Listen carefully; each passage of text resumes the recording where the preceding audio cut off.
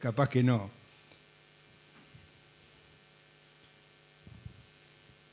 Lo que yo quiero compartir hoy va a estar en tres pasajes distintos. Atendemos, por favor. Marcos capítulo 8, versículo 27. Marcos 8, 27, dice acá la confesión de Pedro. No es el punto principal, aunque a usted le parezca mentira, está en el versículo 27, dice, salieron Jesús y sus discípulos por las aldeas de Cesarea de Filipo, y en el camino preguntó a sus discípulos diciendo, ¿quiénes dicen los hombres que soy yo? Este es un pasaje, hermano, conocido, no es de lo que yo quiero hablar acerca de la confesión de Pedro. La confesión de Pedro, Jesús declara, porque cada hombre tenía su razonamiento, cada uno tenía su idea. Dice, es Juan el Bautista que resucitó, es alguno de los grandes profetas, es Elías, todos tenían su perspectiva. Pero la pregunta de Jesús dice, ¿quiénes dicen los hombres que soy yo? Pero luego la pregunta la reformula Jesús, le dice, ahora, ¿quiénes dicen ustedes que soy yo? Y Pedro, iluminado por la palabra de Dios, no lo había aprendido yendo a la sinagoga, no lo había escuchado de ningún otro, puede reconocer y decir, tú eres el Cristo, tú eres el Salvador, el Hijo del Dios viviente. Mire qué importancia. ¿Quién que viera a Jesús allí y que supiera de su origen, de qué lugar, de qué provincia venía? Jesús iba a discutir de que Jesús estaba allí, el Jesús terrenal. Nadie. Que era un maestro, bueno, hasta los que se oponían venían.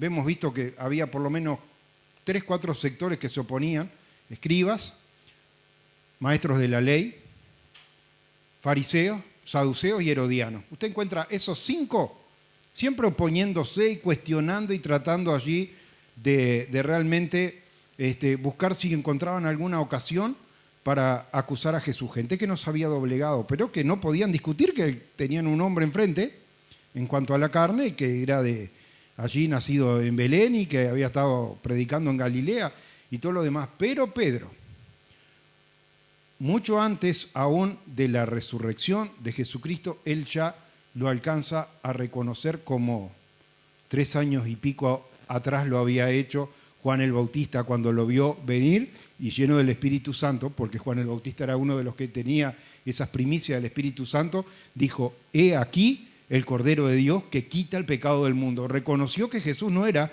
un hombre más, no era un discípulo más, no era un profeta más, era el Cordero de Dios que iba a quitar el pecado del mundo.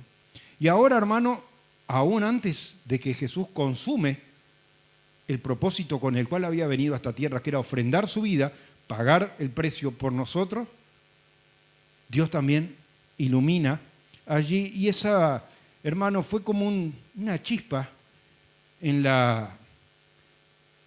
el corazón de Pedro. Porque Dios comienza esa obra en el corazón. Vemos que cuando Jesús había resucitado, iban aquellos 2 discípulos en el camino de Emaús. Después de que Jesús se sentara en la mesa, partiera el pan y ahí desapareciese sus ojos, ¿qué se decían unos a otros? ¿No sentíamos que ardía nuestro corazón?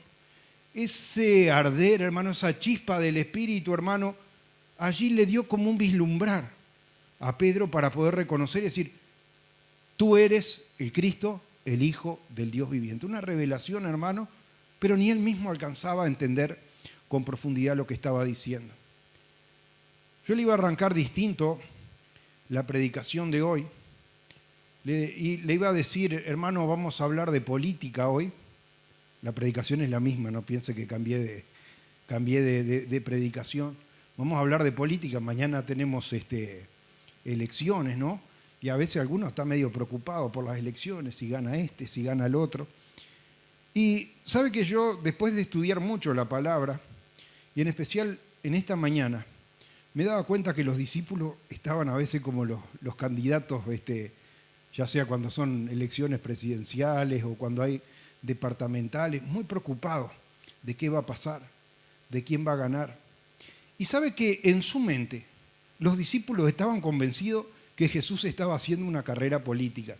Cuando usted estudia, por eso yo le dije el verso que yo quiero tratar en esta tarde, y usted va al complemento que tiene al final de la Biblia, que son los mapas de la Biblia, y va a ver que estas cosas ocurren, nos dice acá la palabra, en un lugar llamado Cesarea de Filipo. Este lugar usted lo encuentra una sola vez en la Biblia.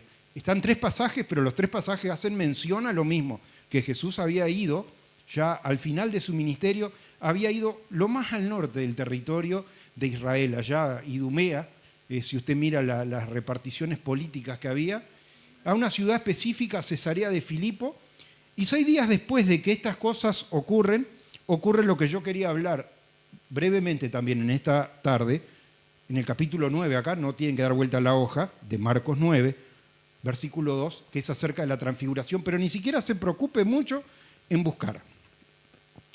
Porque quiero que usted entienda el concepto, hermano, después subimos esto a la página de YouTube de la iglesia, al TikTok, etcétera. Usted lo puede volver a ver las veces que quiera, repasar y decir, pero no me quedó claro si no trajo una... Ahí tenemos hermanos en Colonia, los hermanos que hay en Colonia llevan lápiz, llevan una hoja y van anotando todos los pasajes que se están mencionando. Es muy importante eso, hermano, para poder después ir y estar cotejando en las Escrituras que lo que se nos enseña es realmente así. Así que Jesús, en lo que parecía para estos discípulos, ahora le voy a explicar por qué parecía para los discípulos, que era una campaña. Vio que cuando hay cierre de campaña, los políticos se mueven y hacen todo el esfuerzo fundamental. Muchas veces escuchamos de accidentes que se dan en esos días porque meten kilómetros para ir de un punto al otro y presentarse y hacer la última presentación y tratar de conseguir gente. O sea que los discípulos, yo estoy convencido que los discípulos en su corazón pensaban que Jesús estaba haciendo algo parecido. Si usted mira la historia del pueblo de Israel, muchas veces cuando se levantó un rey, ese rey se levantó en base a irse conversando a la gente, igual que hacen los políticos hoy, tratarlo de convencer. Cuando Absalón se subleva como David, ¿cómo contra David? ¿Cómo lo hizo? Se paró a la puerta de la entrada de la ciudad y a todos los que venían, que tenían un pleito, un juicio, y se va a ver, el rey está muy ocupado para atenderlo. Vengan que yo les voy a atender. Y les resolvía los problemas allá. Y así se ganó el corazón, actuando de una mala manera, pero se ganó el corazón de la gente. Y si usted mira la historia, lee los libros de Reyes, lee los libros de Crónica, en muchas oportunidades los reyes usaban esas bandideadas para tratar de ganarse el corazón. Y ¿sabe qué, hermano? Yo estoy convencido de que los discípulos en su corazón están convencidos que Jesús estaba haciendo campaña. Tenían un vislumbrar, tenían el testimonio de Juan el Bautista de que era el Cordero de Dios que quitaba el pecado del mundo, pero ellos seguían pensando, tenemos que ganar las elecciones. En otro sentido, porque no había elecciones, le quiero decir, pero yo ahora voy a llegar a eso. En su corazón, en la mente de los discípulos, era esa la manera de pensar. ¿Y por qué tiene relevancia? Es en este recorrido final prácticamente de Jesús, donde llega a un rincón que, como yo le mencioné, después usted lo puede buscar en la palabra y no vuelve a aparecer Cesarea de Filipo, aparecen 3 evangelios y los 3 evangelios haciendo referencia a este viaje que hizo Jesús, a la confesión de Pedro. Pero no es un lugar que después en los viajes misioneros de Pablo o en el evangelismo que hizo Felipe o ninguno de los otros hombres se esté mencionando esa ciudad. Muchas veces leemos, recuerdo de chico el pastor enseñó que debemos aprender a escudriñar, porque si nosotros estamos leyendo y no sabemos el significado de las palabras, no podemos entender. Yo le quiero preguntar, ¿quién ha leído en la Escritura hablar acerca de X persona? Dice el tetrarca. Si leyó toda la Biblia, lo leyó. ¿Tá? No se me haga el distraído para que yo no le pregunte. ¿Tá? Tetrarca de Idumea. ¿Qué quería decir tetrarca? Sabe que tetrarca era una palabra, no se equivoque, porque a nosotros parece que nos suena a 3, pero no. Tetrarca era una palabra griega que quería decir cuarta parte o 4 partes.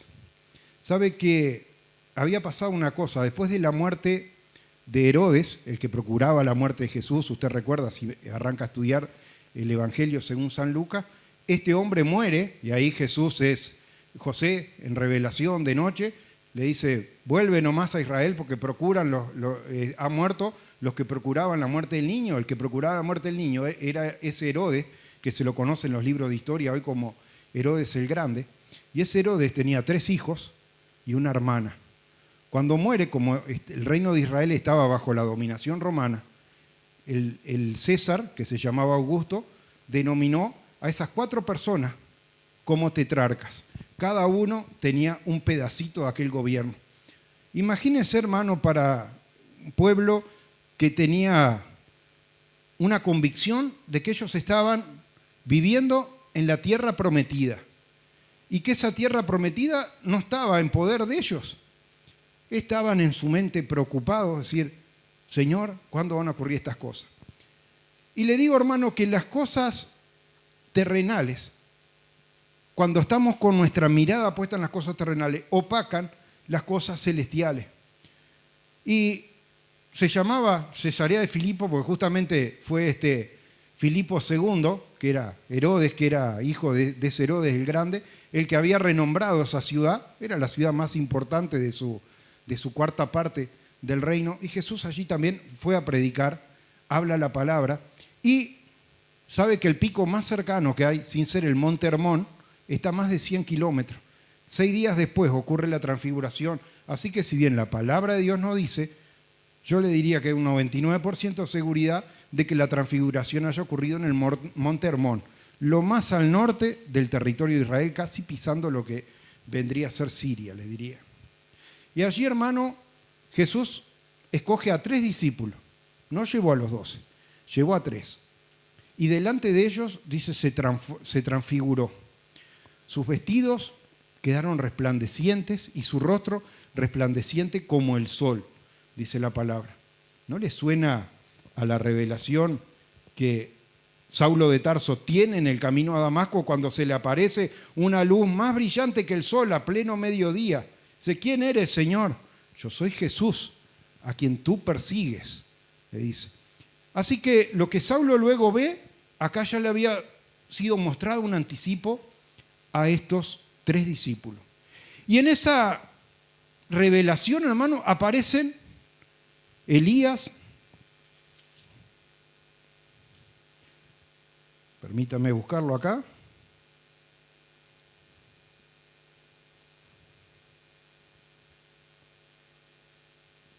se le aparece Elías con Moisés hablando con Jesús. Mire la visión que tienen. Y de nuevo, la mente carnal de los discípulos. Están viendo aquello, hermano, aquella manifestación sobrenatural, de aquel Moisés del cual desde niño estudiaban, de aquel profeta Elías, hermano, con tanto poder que había operado en el pueblo de Israel. Y lo tienen ahí a Jesús transfigurado, su rostro, su vestidura resplandeciente como el sol. ¿Y qué comentario se le ocurre hacer a los discípulos? Dice, qué bueno es que estemos aquí. ¿Qué te parece si hacemos unas enramadas para ustedes? O sea, una enramada, como decía, si improvisamos una carpa, una choza, como usted le quiera llamar. Hermano, los discípulos no entendían estas cosas. Y permítame que yo todavía le quiero leer brevemente 2 pasajes más. Uno está en Hechos de los Apóstoles, capítulo 1. Jesús ya había resucitado y habían pasado como 40 días, y ahora era el momento de que ascendiera. Y le había dicho a los discípulos cuando se les había revelado, dice, ustedes tienen que ir por todo el mundo y predicar el Evangelio, pero no se vayan antes de que reciban la promesa del Espíritu Santo. Y allí estaban, en Jerusalén, esperando la promesa del Espíritu Santo. ¿Y sabe qué pasa en el versículo 1, en el capítulo 1, versículo 6? Cuando Jesús está por ascender en las nubes, de nuevo la pregunta. Dice, entonces los discípulos que se habían reunido le preguntaron diciendo, Señor, ¿restaurarás el reino de Israel en este tiempo? Tenían una preocupación bárbara, hermano. Claro, cada vez se veía más difícil, porque todavía en días de Herodes, a pesar de que persiguió la visión y la revelación que la palabra daba acerca del Mesías, todavía era uno que tenía un gran poder porque era rey sobre todo el territorio de Israel, pero ahora ya se había fragmentado en 4 partes. Cada vez era más difícil que estas cosas se cumplan. Hermano, ven a Jesús resucitado. Tienen el testimonio de Juan el Bautista que era el Cordero de Dios. El testimonio que el mismo Pedro, en una chispa ya del Espíritu, alcanza a recibir de que era el Cristo, que era el Salvador. Ahora sabían que había resucitado, lo tenían en medio de ellos. Y otra vez, hermano, la misma pregunta. Dice, Señor, ¿restaurarás el tiempo, el reino de Israel en este tiempo? Preocupado, hermanos, ¿y cuándo Israel va a ser una nación nuevamente? Sin duda, hermano, las cosas están en los planes de Dios y Él lo sabía. Pero ¿sabe qué? Quiero terminar mostrándole la importancia de ese mandato que Jesús le da y le dice, vayan a predicar, pero no se vayan sin antes recibir el Espíritu Santo, porque cuando el Espíritu Santo venga, ustedes recibirán poder. Recibirán poder, y déjenme complementarlo a mí, y recibirán entendimiento. Porque nadie puede conocer las cosas de Dios, enseña la Escritura, si no es por el Espíritu de Dios. Así que si el Espíritu de Dios no viene, hablamos de alguien desconocido. Usted no conoce nada de Dios mientras usted no recibe ese Espíritu de Dios. Y esta gente, a pesar de que habían visto todas esas cosas, habían visto la transfiguración, habían visto resurrecciones, habían visto tantas cosas, todavía seguían con una mente carnal pensando en las elecciones, cuando iba a haber nuevo mandatario en Israel. Y no entendían nada. Y allá llegó el Espíritu Santo y bueno, todas las obras que usted puede leer en Hechos de los Apóstoles.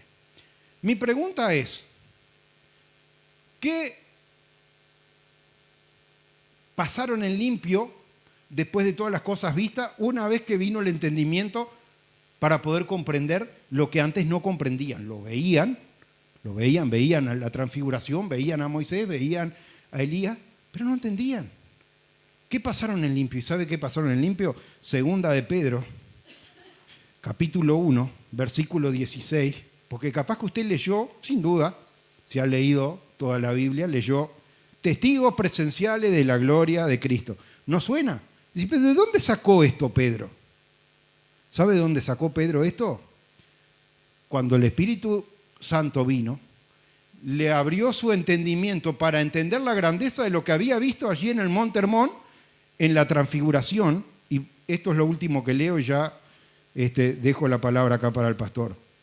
Pero no os hemos dado a conocer el poder y la venida de nuestro Señor Jesucristo siguiendo fábulas artificiosas, sino como habiendo visto con nuestros propios ojos su majestad. Hermano, la visión de Pedro cambió. Dice, cuando está hablando de estas cosas, dice, no las aprendimos porque alguien nos enseñó de algún librito, un cuento, una interpretación. Con nuestros ojos vimos su majestad. Igual que Juan en su evangelio escribe, y si vimos su gloria como la del unigénito Hijo de Dios, pero Juan cuando escribe el evangelio, hermano, ya había pasado la resurrección y la venida del Espíritu Santo y todo lo demás. Él cuando era discípulo tampoco entendía. Él no alcanzaba a vislumbrar esa gloria y esa majestad de Dios de la cual Pedro está hablando, que tampoco había entendido. Ellos seguían en su cabecita, pensando, decir, ¿cuándo vamos a ganar la independencia de nuevo? Pues cuando él recibió de Dios, Padre, honra y gloria, le fue enviada desde la magnífica gloria una voz que decía, este es mi Hijo amado, en el cual tengo complacencia. ¿Dónde ocurre eso? En esa transfiguración que yo le estoy diciendo, que leímos recién. Yo no quise extenderme, quiero que usted lo lea en su casa, porque si no tendría que predicar yo solo. Y nosotros oímos esa voz enviada del cielo cuando estábamos con Él en el Monte Santo, lo que yo le estaba diciendo allí en aquella región remota. Tenemos también la palabra profética más segura, la cual hacéis bien de estar atentos, como a una antorcha que alumbra en un lugar oscuro, hasta que el día esclarezca y el lucero de la mañana salga en vuestros corazones. Entendiendo primero esto, que ninguna profecía de la Escritura es de interpretación privada, porque nunca la profecía fue traída por voluntad humana, sino que los santos hombres de Dios hablaron siendo inspirados por el Espíritu Santo. Ahora, hermano, Pedro veía las cosas claritas. ¿Cómo pudo ver esas cosas claritas? Por el auxilio y por haber recibido el Espíritu Santo. Por eso, hermano, dice la palabra de Dios, rogad al Padre y Él os enviará el Espíritu Consolador, el cual os guiará a toda verdad. Así que, hermano, para que su testimonio no sea un testimonio, no sea, lo que el pastor Daniel enseñó hoy en la iglesia y usted repita como un lorito y usted pueda abrir sus ojos para poder entender y ver esa gloria de Dios. Dice, nosotros somos testigos presenciales de esa gloria de Dios, dice Pedro. Nos dice lo mismo Juan en el Evangelio. ¿Por qué, hermano? Porque la obra del Espíritu Santo había venido sobre sus vidas y había abierto sus ojos. Que el Señor los bendiga, hermano.